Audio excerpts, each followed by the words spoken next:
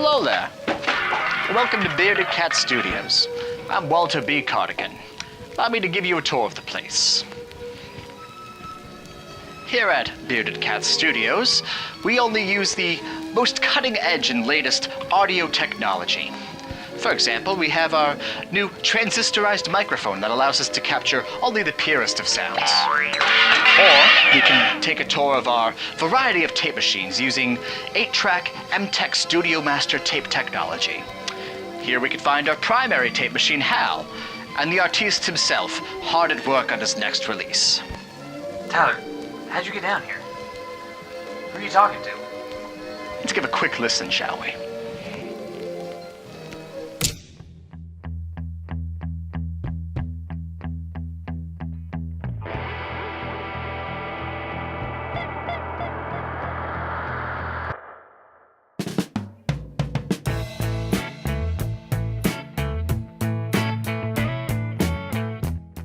The vast majority of who recorded on the album was myself. I played the lion's share of the instruments and recorded it myself.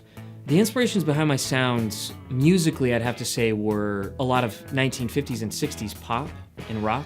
Quick to judge, so slow to change your mind. I would have to definitely cite the Beatles, Bob Dylan, the bands, a lot of Stax Records recording artists. Sonically, I would have to say Joe Meek, one of my favorite recording engineers from the 50s and 60s, as well as Gabriel Roth from Daptone Records. I just really love the sounds that they chased. Saves you from those greater days.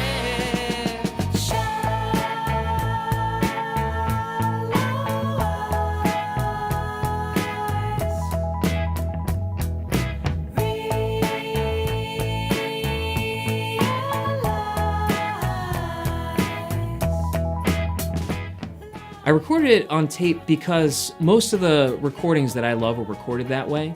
That's how I really started getting into tape. It has a certain sound to it. I love the limitations that the workflow presents. Like, I'm working with 8 tracks. So it really helps me to make these arrangements as efficient as possible and to not overproduce the record. What really inspired me to try to take all of the work, the majority of the work myself, and just try to tackle this whole thing on my own, I had a lot of specific ideas about how I wanted things to sound. And it was hard for me to get that across to other people. And when I started listening to Todd Rundgren and looking at his records, I noticed that he was playing and engineering a lot of his earlier recordings. Seeing that example, I thought, why not just try to tackle it myself? I had a lot of help with this record, actually. My brother in particular, as well as a lot of other people. Kathleen Parks was another one that was really helpful in that way. Jason Banta really transformed the sound of this record with the mixes that we worked on together. Chris Rival also with his mastering. As much as it says produced and arranged by Brad Bensko, it was actually a collaborative effort.